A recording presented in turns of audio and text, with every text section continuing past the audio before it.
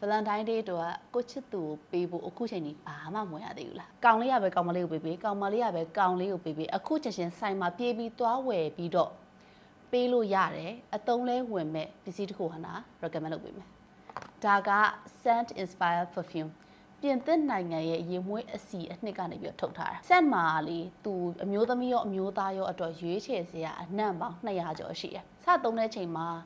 inspire ဆိုတော့ authentic နဲ့အနံ့တူပါမလားဆိုတဲ့ concern ရှိတယ်။ဟာနာတို့သုံးတဲ့ချိန်မှာ scent inspire perfume က authentic အနံ့ကို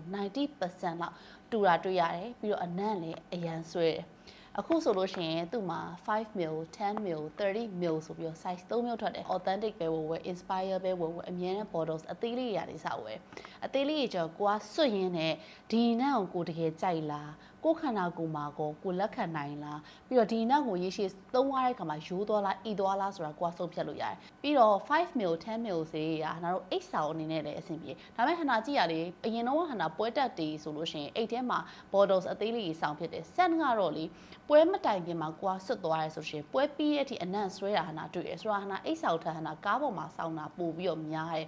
scent inspired perfume မှာအခုဟနာ Valentine Day အတွက်လိုက်ဖက်တဲ့အနံ့3မျိုးရွေးထားတယ်အဲ့3မျိုးဟနာပြမယ်ပထမအောင်ဆုံးနာက Chanel ရဲ့ Coco Matte Moisture ဒီကတော့နာတော်တော်ဆွတ်ဖြစ်တယ်အဲ့ကြောင့်နာ30 ml ဆောင်းထားတာပေါ့အမျိုးသမီးတိုင်းကြိုက်တယ်အနံ့ညက်တယ်သူ့နံ့ကလေအဲ့လိုမျိုးရှူလိုက်တဲ့ခါကျလို့ရှိရင် citrus ပဲဒါပေမဲ့အဲ့လိုပန်းနံ့လေးလည်းပါရီးလောင်ဆိုရယ်ပန်းလေးပါပါတယ်ဆိုတော့ fresh ဖြစ်တယ်အနံ့ညက်တယ် injury ရှိတယ်နားတို့ပွဲတက်တဲ့အချိန်မျိုးအဓိကပွဲကြီးတက်တဲ့အချိန်မျိုးမှာ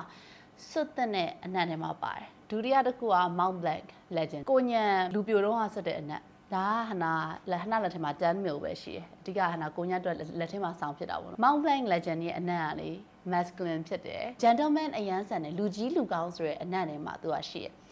lavender အနံ့လည်းသူကလေ lavender အနံ့နဲ့တစ်ချက်ရတယ်ပြီးတော့အသီးချိုလေ sweet fruit စေရဲ့အနံ့လည်းသူကရတယ်အဓိကတော့အမျိုးသားတွေအတွက်ဟနာပို့ပြီး recommend လုပ်ပေးခြင်းတယ်ပြီးတော့ Mont Blanc Legend ကအမျိုးသားတွေထဲမှာသူတို့ childhood တစ်ခုကိုဒီအနံ့လေးနဲ့ဖြတ်တန်းတဲ့သူများမယ်လို့လည်းဟနာယုံကြည်ရယ်ကိုညံ့ရဲ့လူပြိုနံ့လေးလည်းဖြစ်ပါတယ်ဒါကတော့ number 2ပါအနောက်ဆုံးတစ်ခုကကျတော့ Jo Malone ရဲ့ English Pear Freesia